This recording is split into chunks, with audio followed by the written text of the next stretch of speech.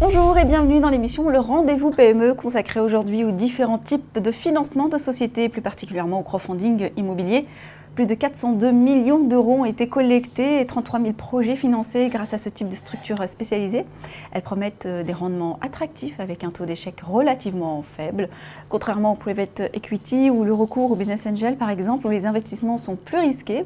De quoi séduire les investisseurs en herbe, mais pas que, puisque les investisseurs plus aguerris se prêtent également au jeu. Alors, quels sont les différents types de financement et comment se positionne le crowdfunding dans le paysage?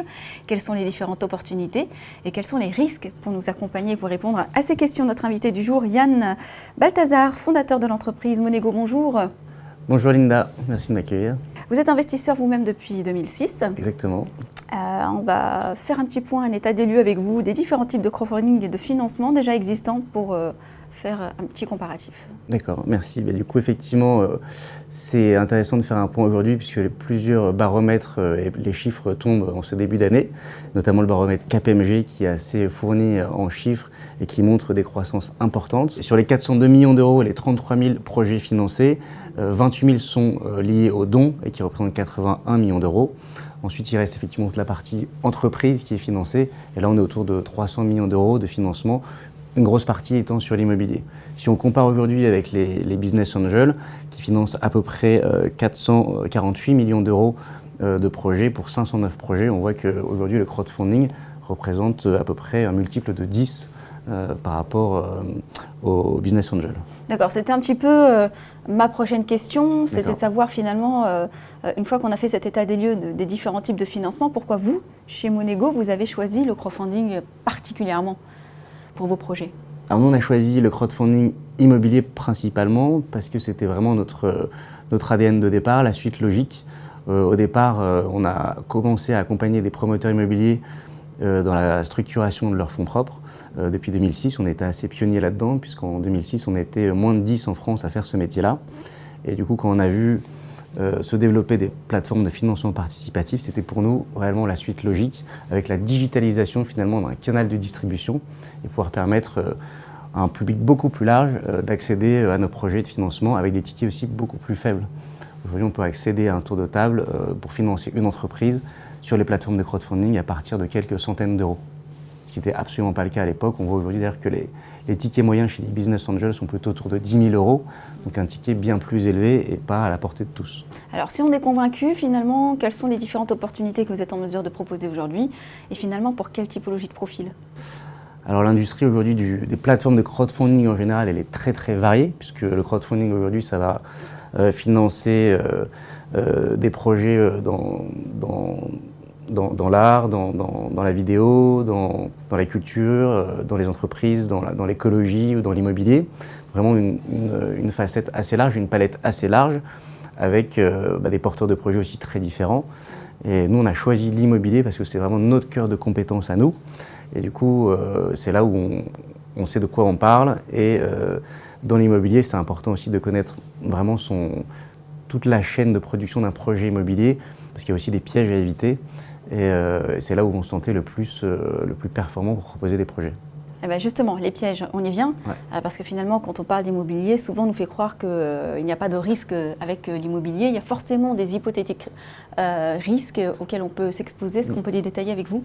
Alors effectivement, il y a beaucoup de risques, mais comme dans tout investissement, s'il n'y a pas de risque, encore une fois, il n'y a pas de rendement. Donc c'est ce qu'on dit tout le temps, mais il faut vraiment le répéter parce que c'est une réalité. On voit aujourd'hui, par exemple, que quand on vient financer un projet hors immobilier, on a des taux de défaut de 1 pour 10. Et encore, c'est relativement faible. On va avoir des taux de défaut dans le futur qui vont encore s'amplifier.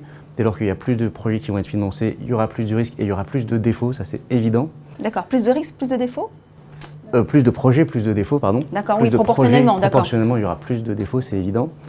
Au niveau de l'immobilier, aujourd'hui, effectivement, on arrive encore à avoir des taux de défaut très faibles, puisqu'on est à moins de 1% de taux de défaut sur l'ensemble des projets financiers depuis la création du crowdfunding immobilier depuis 2014. Mais effectivement, là aussi, on va potentiellement avoir plus de risques, plus de défauts de sociétés quand le volume va augmenter. On n'a aujourd'hui qu'un seul exemple qui est l'exemple de Terla.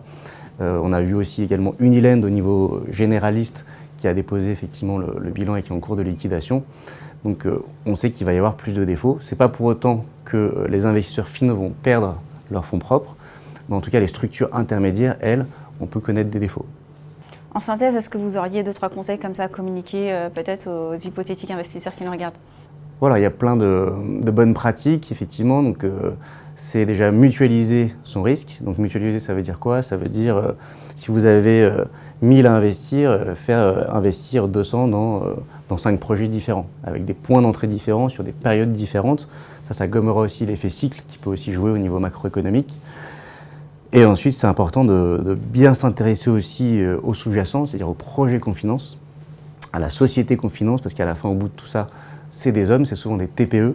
Donc c'est très important de bien se renseigner sur la société qu'on finance, son secteur d'activité, et si c'est dans l'immobilier dans notre cas, c'est au niveau régional. Est-ce que dans telle ou telle ville, il y a vraiment une offre, il y a vraiment une demande sur ce marché-là? Est-ce que les prix sont bons? Aujourd'hui, c'est vrai qu'on voit les prix augmenter de façon très importante au niveau des prix de vente des logements. Ceci étant, aujourd'hui, on s'aperçoit que les fondamentaux restent bons. Il n'y a pas de stock en dur au niveau immobilier. Les taux restent bas. Les permis de construire aujourd'hui sont en baisse. Ça veut dire quoi? Ça veut dire que globalement, il y aura moins d'offres et de produits sur le marché demain. On a aussi l'approche des municipales en 2020, où dès aujourd'hui, déjà, les mairies commencent à diminuer le nombre de délibérations de permis de construire. Et tout ça fait qu'aujourd'hui, on a une offre qui est plutôt faible par rapport à la demande. Donc, ce qui maintient malgré tout un marché plutôt très dynamique et très sain au niveau de la promotion immobilière. Donc oui, il faut faire attention où on investit, quand et comment et avec qui. Et c'est vraiment là où on a notre valeur ajoutée, où on souhaite nous faire cette intermédiation raisonnée, raisonnable et apporter notre œil d'expert pour vraiment sélectionner les promoteurs et les projets. Vos projets et perspectives d'avenir? Projets et perspectives d'avenir, nous, on veut rester régional, donc c'est vraiment notre stratégie depuis le départ. On souhaite être leader en régional sur la partie crowdfunding immobilier. Donc ça, on s'est donné un objectif à 3 ans. Et on souhaite derrière aussi suivre un petit peu les évolutions législatives. On sait qu'il y a en cours d'étude au gouvernement toute la possibilité de venir financer de l'immobilier locatif. Donc ça ouvre aussi des champs de croissance très importants pour l'immobilier et pour le crowdfunding immobilier surtout. Merci d'avoir été avec nous. Merci à vous. Merci à vous de nous avoir suivis. On se retrouve bientôt pour un prochain numéro, le Rendez-vous PME.